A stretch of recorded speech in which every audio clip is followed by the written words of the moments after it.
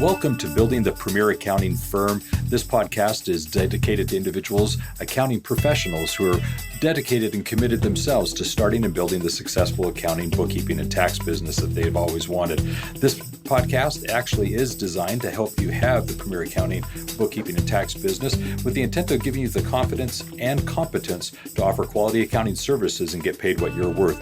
We invite you to listen to other episodes as well as to subscribe to this, and in doing so, get the information you're needing, the tips and tricks to actually grow your business. As this show is actually committed to helping you, each episode is conversational with tips and tricks to help you apply principles of MAP as they relate to starting and building your successful accounting business. Topics will include things such as marketing, lead generation, ideal clients, pricing, price strategies, accounting services, and much, much more. This podcast will actually help you become an accountrepreneur to work on your business with the advice from the experts.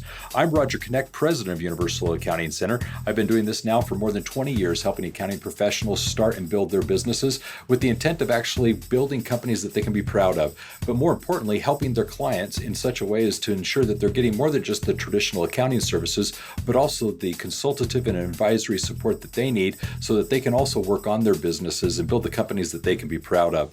So I invite you to listen to this episode because we've got an excellent guest, Dave Jenyns.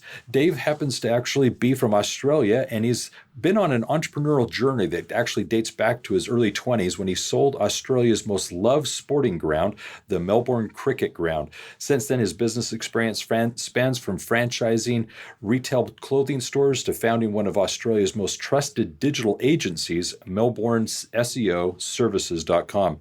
In 2016, he successfully systematized himself out of his business, hired a CEO, and stepped back from the daily operations. Through this process, he became a systems devotee, founding systemHUB and systemology. Today, his mission is to free all business owners worldwide from the daily operations of running their business. So, Dave, welcome to the show.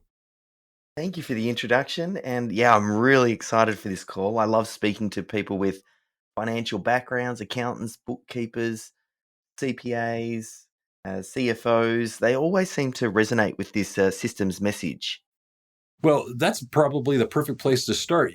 Systems is obviously a big part of what you do. And when we even bring in Michael Gerber, I think that'll become even more obvious. But help all the listeners understand, what is business systemization?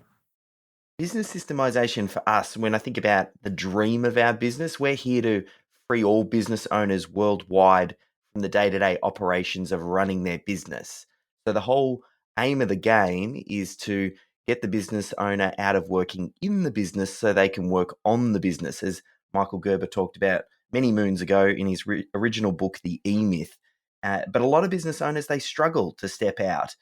Oftentimes, they get the business up and running, but when they build it, it's effectively they've built this machine around them where they are the centerpiece, and it's very hard to remove themselves.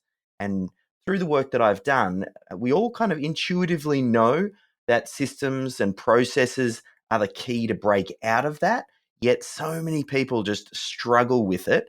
I think a lot of accountants and bookkeepers, they get it and they're able to do it probably a lot more effectively than most, but a lot of other small businesses as well, they just really struggle with that. So business systemization is about capturing your best practice, organizing it and optimizing it, and bringing your team members up to a level where they can start to deliver your core product or service without any key person dependency, be that the business owner or anyone else for that matter. So what you're sharing here, I think cognitively makes sense. I believe a lot of us, even in school, we might remember learning about Henry Ford and how he created this assembly line. And so it cognitively makes sense. But emotionally, why does the business owner struggle to actually systematize their business and, more importantly, remove themselves from that process?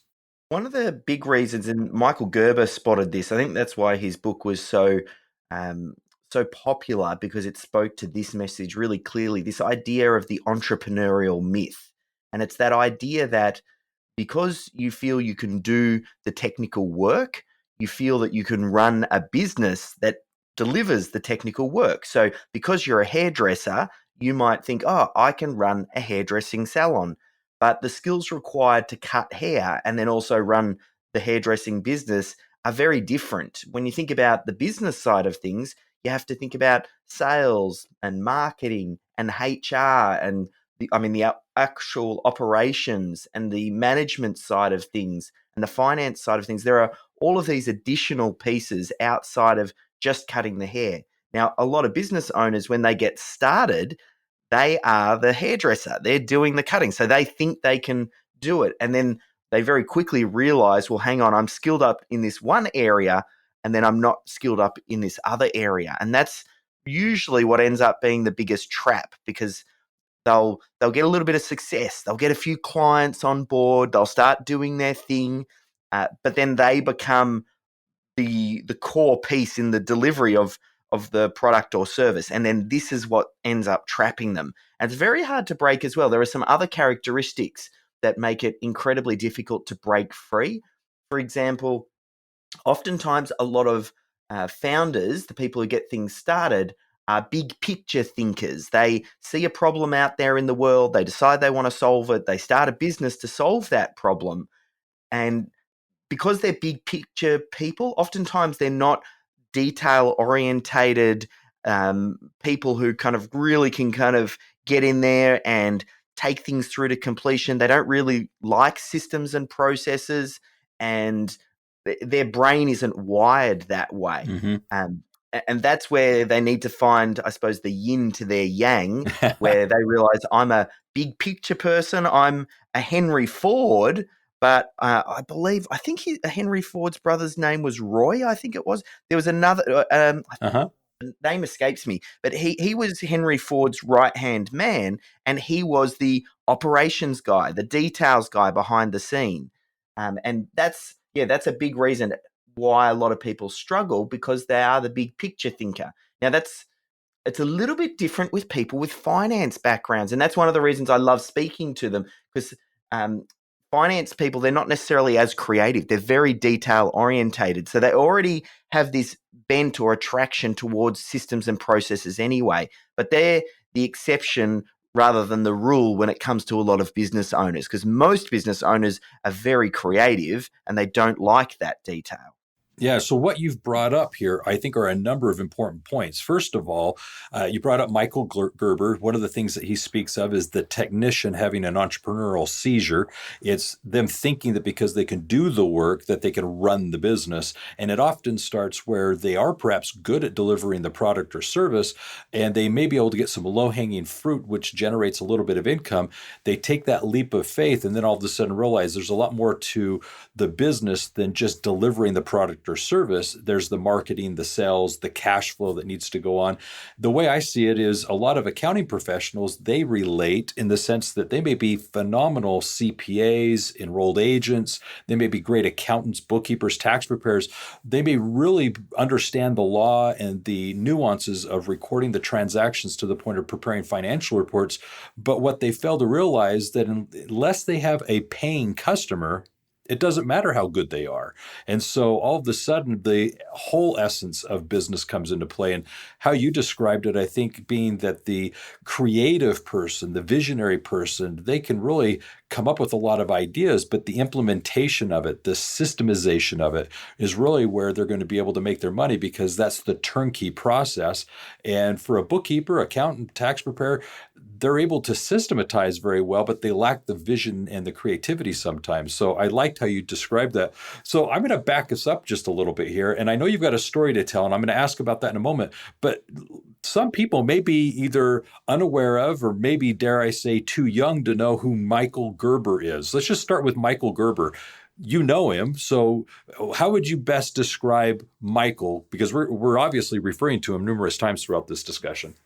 He's a very unique individual who had a huge impact on the area of small business systems. There's Mm-hmm. a lot of work done on the idea of systems that really is most well done for larger businesses. So Six Sigma and Lean, and doing these fancy flow charts, things like some of those methodologies are really well suited. And we touched on the idea of Henry Ford, but suited to companies where it might be manufacturing or production lines. There's Deming was another gentleman in that space, Uh-huh. but a lot of it didn't really speak to small business, and it was very much overkill for the small business. And we know Yes. small business operates on a very fine line and fine margin. So it's a different beast. So he recognized and came out with the book called The E-Myth, and it spoke to the entrepreneurial myth that we talked about a little bit earlier,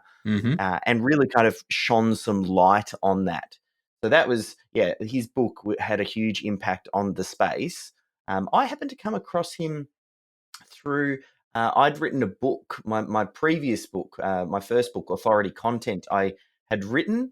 And then when I launched it, his wife happened to watch the launch of that book. I don't even know how she came across my stuff. She said she found a video or something on YouTube and followed a rabbit hole and watched what I did. And then completely out of the blue, she sent me an email, said, call me. And I chatted with her for about an hour and a half on that first call. Well, hold on. You're doing yourself a justice here, because she reached out to you and you instantly called her, and unexpectedly she answered the phone, and there you were picking it up. I mean, that's a cute little story in and of itself, because I don't know that she expected that quick of a turnaround. Well, she'd sent it because they're on the West Coast in the States. So in Mm-hmm. Carlsbad, California. She sent it late night. I picked up the phone, called it first thing my morning, just very similar to what we're doing now, which ended up being her afternoon. Mm-hmm. And then, yeah, it was like the universe just sort of presented this little path for me, because they didn't know any of the work that I was doing with my business systemization. They came to me when I was still talking about the digital agency that I own. And she said, "Oh, look, I love what you did for your book launch. Uh, she said, "Oh, do you know my husband, Michael Gerber?" And I was like, yeah, yes. I was a little bit starstruck. And she said, "Well, he's just written his 29th book in the E-Myth series, which is the last one that he's writing in that series, called Beyond the E-Myth." And she said, "For the first time, we've decided not to go through HarperCollins, our traditional publisher, Mm-hmm. and we would love for him to self-publish, and we would love you to lead the launch of that book."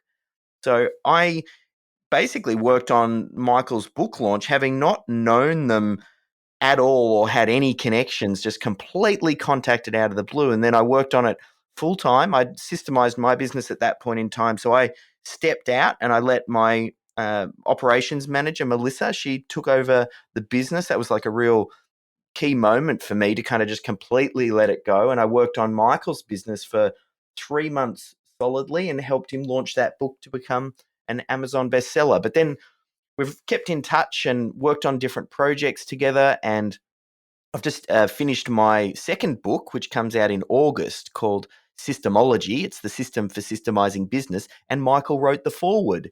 So I'm pretty stoked with that. He said the book was extraordinary. So that was a huge hat tip. And I'm, yeah, very honored and lucky. I don't even know how it happened. It was just a series of fortuitous events.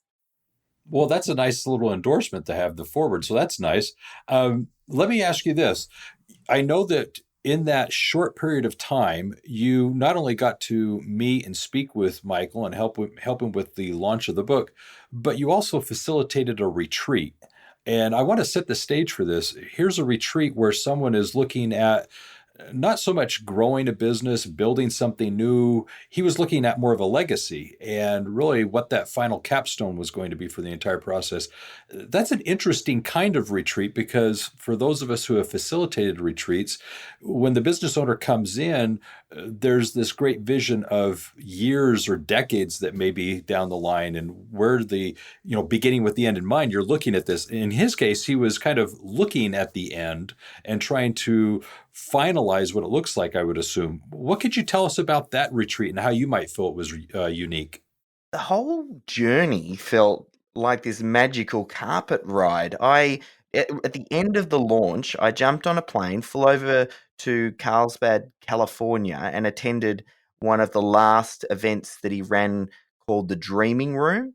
And at the Mm-hmm. end of the Dreaming Room, he had some people stay on, and they were just kind of like the who's who in sort of the business world. And we sat down in it was like a presidential suite at this real swanky hotel, and basically he just turned 80. He's 83 now, but he'd started thinking about, well, what happens after I pass? What happens to my work? How do we continue to spread the message and get one step closer to fulfilling his goal and his dream to transform the face of small business worldwide?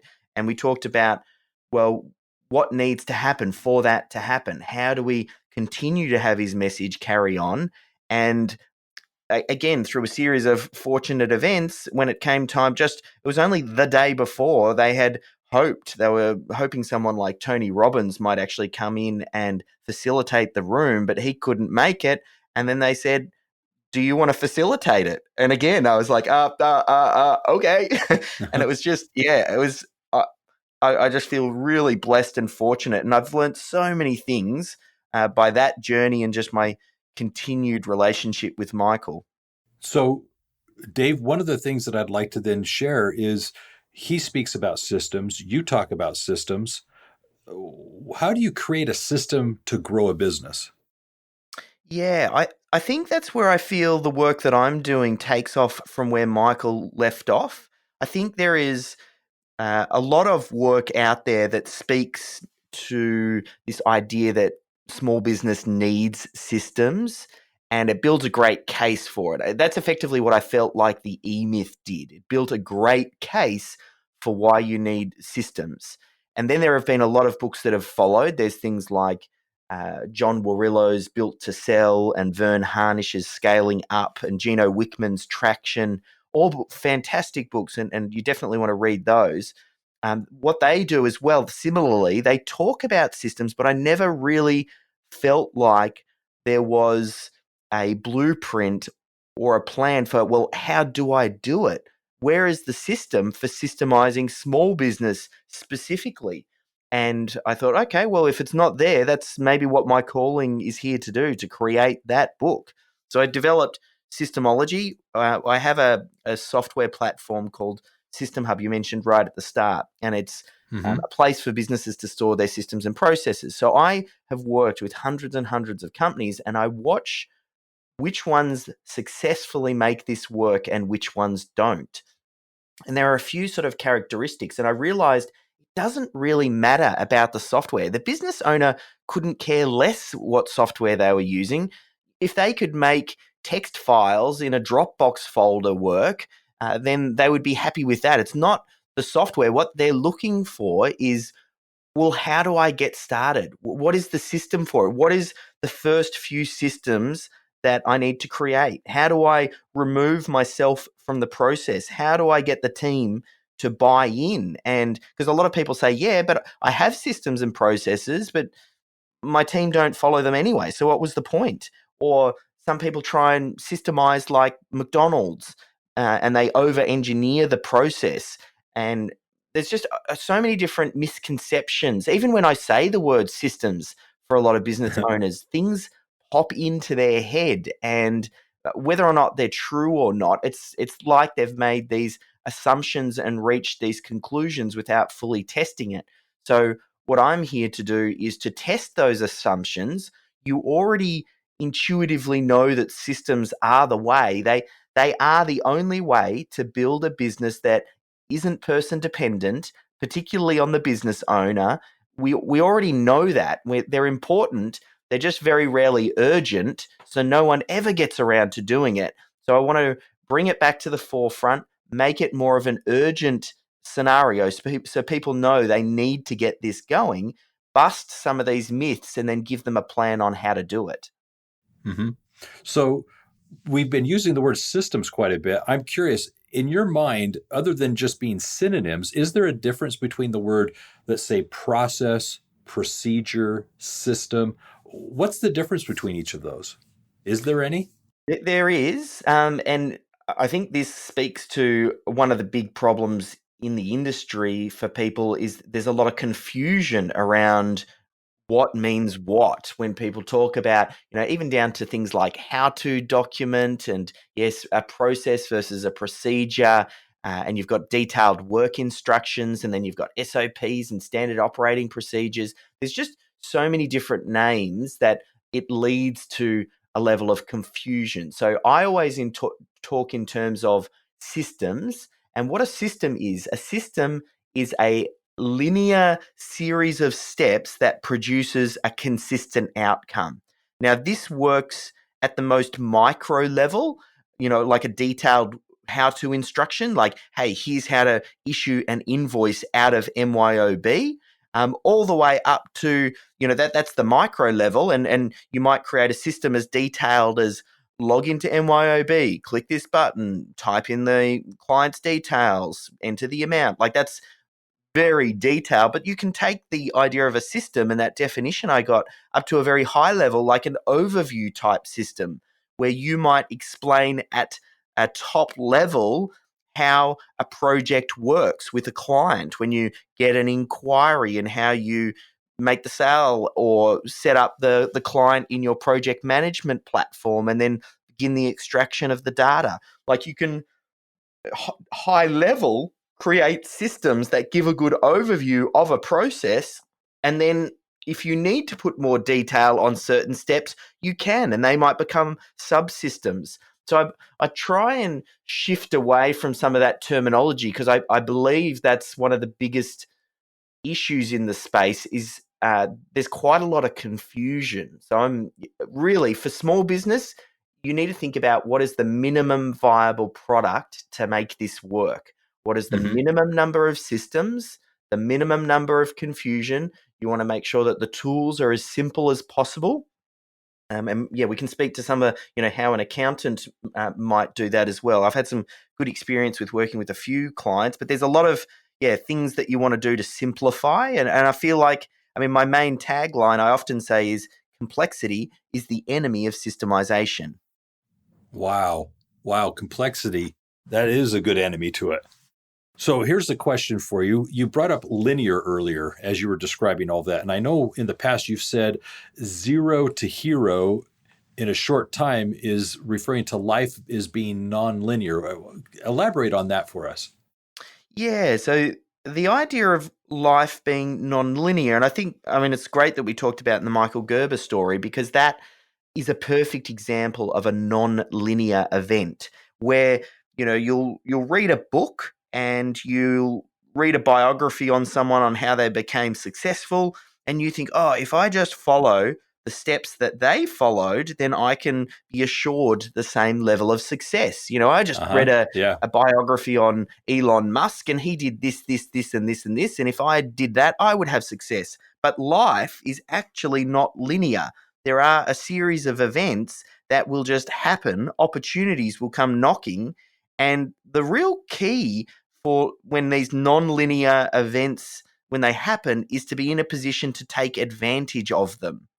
So that's actually what I believe systems does. It creates space for the team and for the business owner to continue to handle the recurring things, the basics, the core of your business that needs to operate, just to make sure that you can keep growing.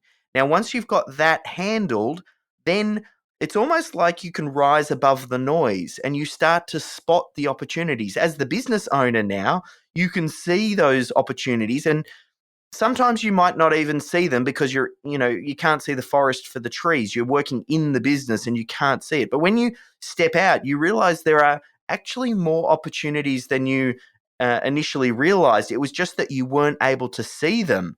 And once you step out, you see these opportunities, and then you can start to take advantage of these non-linear events. And that is where you get your biggest wins. And that's where you leapfrog. That's where someone says something, or you're in the right place at the right time, or Michael Gerber's wife sends you an email and says, call me, and you have the space to pick up the phone, call them and say, yeah, okay, I'll leave my business for 3 months and work on Michael's business exclusively as though it were my own. And another little part of that story I didn't mention, I volunteered for that position. So it's the idea that these non-linear events exist. We just need to get the business owner to a point where they can actually take advantage of them and leverage those opportunities. I love how you're describing that, because one of the things that we teach quite strongly is this idea of mapping the business. And for those that aren't familiar with the idea of mapping the business, it's basically taking those theoretical hats that the business owner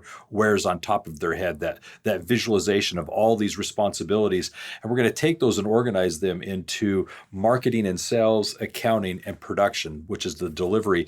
And similar to Michael Gerber, what we're trying to do here is we're trying to compartmentalize things so that we can now work on them appropriately, prioritizing them and delegating them as necessary. And the delegation comes once you're able to systematize things. And so what it allows us to do is really remove ourselves more and more from the day-to-day operations of the business, thus increasing the value of the business, because it then becomes a self-sustaining, living, breathing entity. And as such, it's able to exist autonomous from the business owner. And I really like how you're describing what you're sharing here, because when you're too busy, opportunities will present themselves, but you're looking down, you're so involved in the operations of the company, you're going to miss these opportunities, and you're not going to be able to seize those moments as they present themselves. In fact, I know that you shared an example regarding wardrobes as to what some people do in order to free up not only time, but just the mental process of making decisions so that they can spend their mental energy, their time on more relevant things.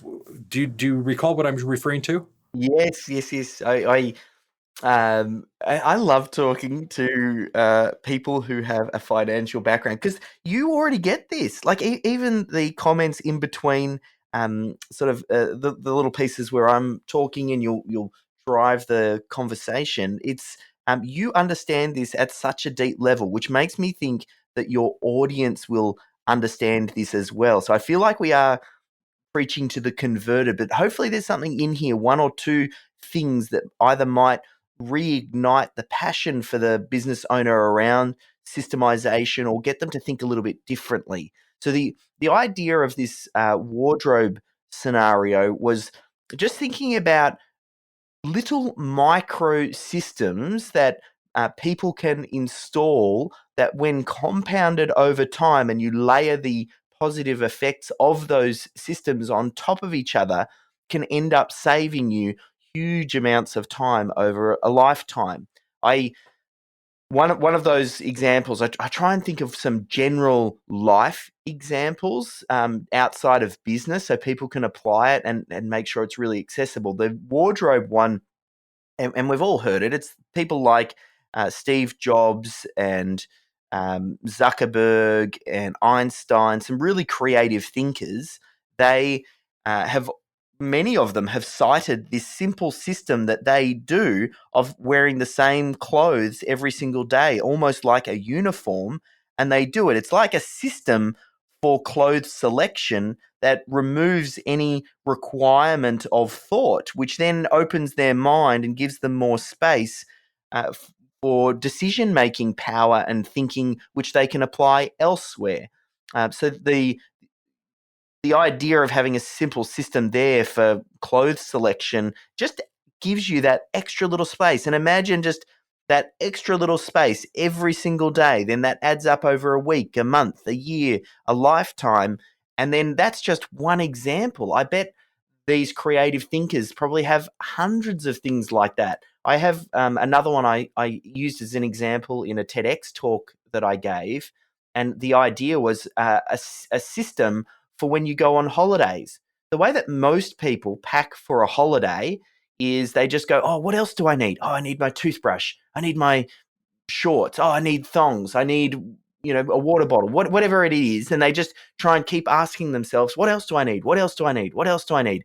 A better system could be to simply have a small checklist that you save for yourself, that you refer to, that says, right, here are the things. You only have to think of this once, and you do a detailed checklist. And then next time, every time you go on holiday, you follow the checklist. You don't have to be worried like most people do when they get to the airport. They're sitting there going, oh, I forgot my toenail clippers, or I forgot my toothpaste, because you've just followed a process that's removed any sort of dramatically reduced the errors. And that's an example in life. The same then applies in your business as well. That's what we're looking at doing. We're looking at getting small decisions and processes and tasks that need to be done and done to a consistent standard. Let's get that down, define a way for which that thing needs to be done, so anybody can actually do it. You can get a consistent outcome, because certain things don't require creativity or thought. It's just the way it is. The way that you reconcile a bank account is going to be the same as it was last week as it is this week. So create a system or a process for it. And then what you want to do is that then creates the space to then look for where the creative opportunities are. And I know that's always a little bit funny when I do talk to accountants and bookkeepers and we start to talk about thinking creatively. But I think that's a big area for accountants and bookkeepers and CFOs, if we can get them to a point where they have the space to think up creatively. That's probably where they can add the most value for their clients, because they start to think about, well, what else can we do to maximize their position, and something that might not be fit so squarely into a system, and they've got the space to do it because all of the other basic stuff that has to be done is done. So the way you're describing this, I think all of our listeners can definitely benefit, because it's through that routine, it's through the rhythm of that. You're able to get quicker at the work. You're able to be more efficient, and the efficiency then means that you're becoming more profitable. The faster and more accurate you are with the work means that you've got less time devoted to a task, thus allowing you to, if you're charging flat rate fees or you're charging, let's say on a revenue-based system or a menu-based system, it means all of a sudden you're able to do more in less time, therefore you're making more per hour, thus your profits are increasing. So that's the direct application of this. But Dave, I liked your examples. The wardrobe one, I personally learned this years and years ago. If you go into my closet, you would actually see that I've grouped my clothing. And the way I actually manage my wardrobe is I take from the left. So if you could imagine a whole bunch of long sleeve shirts, and let's say I've got a section of dress shirts and a section of, let's say, casual shirts that are long sleeve. If I'm going to be wearing long sleeve today, I'm going to take the left of the group. And it so happens to be that if I'm not going to wear that specific one, I'll rotate it to the right and put it at the back, or grab the next one. But the point is I don't have to spend a lot of time trying to pick which one. It's already determined beforehand which I'm going to wear. Now, some people that might be a little too much, just simply because of the fact they'd like a little bit of choice. But that's the whole point. I'm not having to worry about this. I either like or don't like the shirt. And I've got a friend of mine who similarly, he says if he doesn't want to wear something any longer, if he's feeling like it's something he's skipping or missing, skipping over, he will intentionally pull it out of his wardrobe. He'll give it to the Goodwill and donate it. And that then allows him to purchase a new thing. And he doesn't have anything more than 5 of any one type of clothing. So 5 t-shirts, 5 polos, 5 long sleeve shirts, 5 short sleeve shirts. And what it affords him the ability to do is donate. But also, if he purchases something that's new, he has to give away one of the 5 because he only keeps 5. I share these to simply say, like you said, there's a lot of ways we can apply these principles in our lives to remove the cognitive energy needed in these mundane, trivial things. That's why I think there's a lot of benefit to just taking the same route to the office. When you drive the same path every day, I'm sure you can find yourself daydreaming along the way because you're no longer having to focus and pay attention to when to turn, where to go. You're able to now relax and perhaps put some mental energy to other elements. I love this principle. This is so good. Well, one thing that just sort of popped into my mind is thinking about, okay, well, now what is the application of this to your business, the listener, as you're thinking about this? And a great place to start, it's the first step in systemology, which is define. And we did some work with an accounting practice called Melcani and Co. They're in rural Victoria in Australia here. And the first thing that we start off with, and suggest any of the listeners do this, get yourself an A4 bit of paper, and in the top left-hand corner of that A4 bit of paper, just write down your perfect target clients, like the clients that you really enjoy working with. Underneath that, pick one primary service that you deliver to that target audience that is a great onboarding, like it's a great place for them to get started working with you. Identify those two things, and then we work through what I call the critical client flow. And you simply start off at the top of the page and you think, how do people become aware of my business? Referrals, speaking, AdWords, SEO, social media, whatever it is. List down all of the ways that people become aware of your business. Then move down the page. What happens when an inquiry comes in, whether it's through an email or if someone picks up the phone and calls? What happens then? Next step down. What does your sales process look like? How do you qualify them? Do you send out a proposal and outlining what it is that you think would be a good fit for the client? How do you follow them up, like follow up a lead if they don't make a purchase straight away? Again, just keep moving down the page. You think then the next level down is, how do you take the money? Is it something that you invoice up front for? Or is it something that you invoice on completion? Or is it 50-50, half up front, half on the back end? Then how do you onboard the client into your project management software? When I think about Mulcahy and Co., they were using a project management software called Cobalt, and they would get their clients set up inside there, and they'd have a series of checklists. Then next step down, how do you deliver the product or service, the doing of the work, and then how do you get them to come back? So at the end of delivering that first product or service, how do you then go ahead and encourage them to take your ongoing service? Now that journey I call the critical client flow. You can map it out on one page, and that is the place where you want to start your focus. If you can deliver a core product or service, get it systemized and deliverable to the point where the business owner isn't required, you're in a fantastic position. So we did that with Mulcahy and Co. They ended up choosing, their target audience was farmers, and the product was like a financial audit. And they went through that process on each of the different steps, how they market to those people, how they sell to that person, the proposal that they written up, the template, then how they got set up inside Cobalt, how they did the work, the extraction of the data from the client's Xero or MYOB or QuickBooks account, the analysis that they did and how they prepared the document, and then how they delivered it. And then the final one was, okay, and then what is the meeting that we have with them that talks through those numbers that then sells them the ongoing service? But that's a great idea of where to get started and how to, I suppose, address one of those first myths that I see people think when they think about systemization, is that they're going to need to create hundreds and hundreds of systems. What we talked about there at a high level, there's probably 10 to 15 systems. And if you start off there, then that just enables you to really keep focused and only work on systems that are going to impact that bottom line. You know, I loved how you shared that journey, because I think that's exactly what our listeners needed to hear.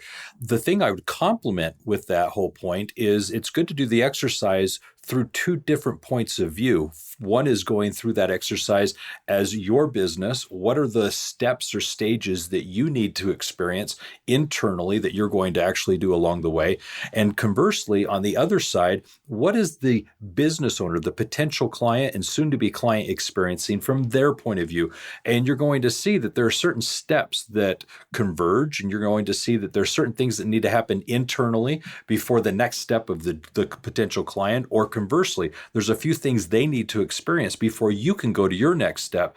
And as you outline this, I think you're right. You can then start chunking them as to, well, this whole experience occurs in our CRM.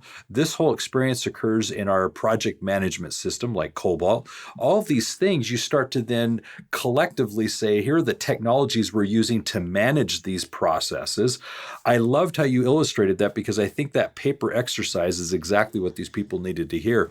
Now, I'm going to break away here for a quick mention of our sponsors so that I can just kind of tie this all together for a moment. What we've been talking about is obviously systems, and therefore, with Universal Accounting Center sponsoring today's episode, I'd like to introduce you to the Virtual Bookkeepers Roadmap.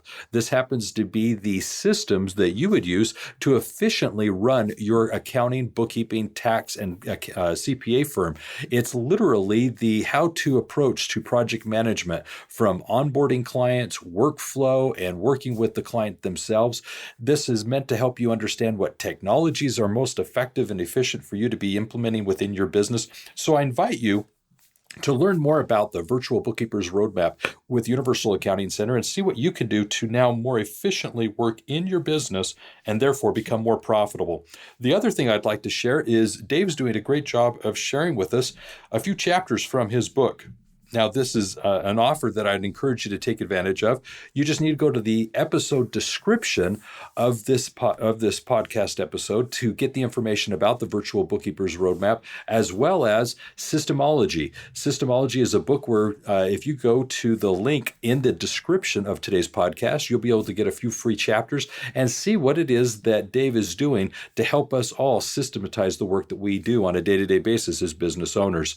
In addition, Universal Accounting Center is also offering a free copy of the book In the Black, 9 Principles to Make Your Business More Profitable. And literally what it does is it complements what Michael Gerber wrote as to the E-Myth, and it shows you how you can best apply the principles of MAP that I shared earlier in your business so that you can work on your company in a way to literally make profit a priority. So I invite you to take advantage of these 3 offers and go to the episode description, learn more about how you can apply the principles of the Virtual Bookkeepers Roadmap in your company, get a copy of the book that Dave is offering here, which is Systemology, and then lastly, the book In the Black. So Dave, I'd like to kind of jump into a few things here regarding your business. You've gone from one company to another. I'm just curious, do you have a mantra or a quote or something that you use as a guide as you're running your business and making decisions? As far as mantras are concerned, I always lean on Jim Rohn. He was always a big influence on me very early on in my career. I know he's a bit more of a motivational guy than he is a business guy, or more of a life principles kind of guy. But the idea of work harder on yourself than you do on your job, and things like never wish that life were easier, wish that you were better. Like, he's got a bunch of these just really smart quotes that kind Yeah. of stick in my head.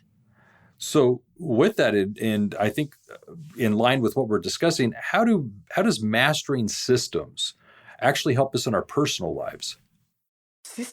Life is just really a collection of systems, and the results that you're getting in life are a direct result of those systems that you're running. So, I mean, in life, for example, an unhealthy system that you might be running might be you eat poorly, you go to McDonald's all the time, you don't exercise, and you sit behind a screen all day.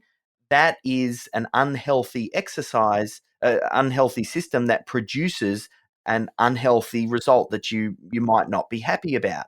Now, the interesting about systems is that even if you don't know the systems exist, like if you go, yeah, but I didn't know, that doesn't make you immune from their effects. You can't say, yeah, but I didn't know not exercising and eating poorly was going to make me overweight. It just is. And similarly in business as well, business is a collection of systems. If you're having problems with poor lead flow, you probably have poor lead generation systems. If you have problems with managing client expectations and you've got these clients that are frustrating you and you have to follow them up all the time, then you probably have poor onboarding systems. There are like client onboarding systems. You might have some problems with cash flow management. You might have some poor financial management systems. Like, everything relates back at the system level. So the real key is to become very clearly aware of these systems and then go to work on those systems and consistently improve them and just keep iterating on them. This becomes a part of the way that you do business as well. Some people, when they start heading down the journey of systemization. They think, oh, how long is it going to take to systemize my business? When will I be done?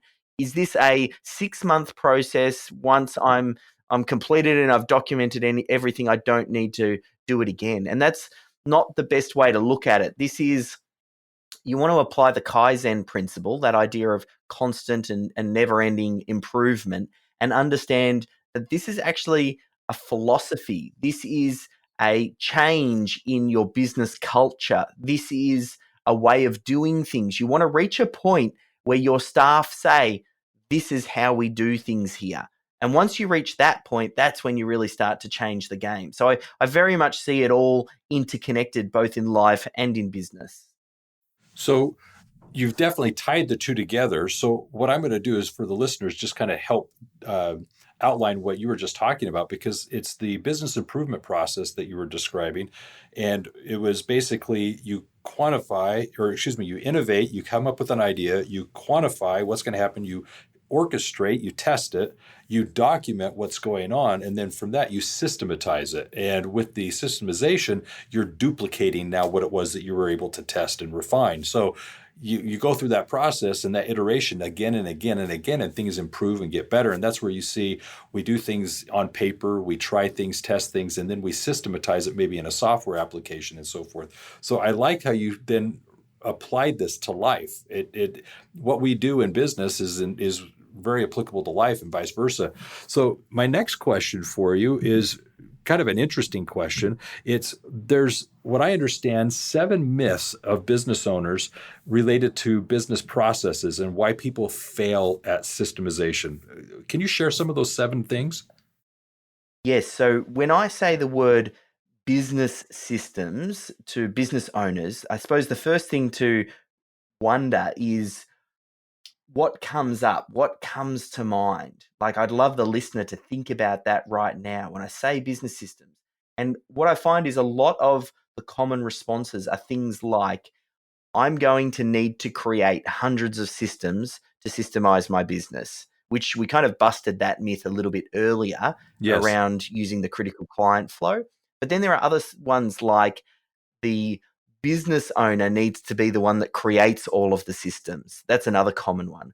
Or people think that systems remove creativity in business, or they think if they create systems, their business won't follow them, or like their team won't follow them. Or they believe that they need complex software and fancy project management platforms to systemize their business, which also isn't true. Or they might think, oh, I need to systemize like McDonald's. That's a really common one, and probably one of the biggest ones you need to address, because people look to McDonald's. When I say business systemization, McDonald's is the poster child for business systemization. So people think, oh, I need to systemize like McDonald's. And then they try and get their systems to that level. But McDonald's has been systemizing for over 60 years. And here is someone just getting started out, and they think they need to create systems to that level. No, what they should be thinking about is, how do I create systems to the standard that McDonald's created when they first got started, not where they are today. How did they get started in business systemizing and getting some of their basic things down?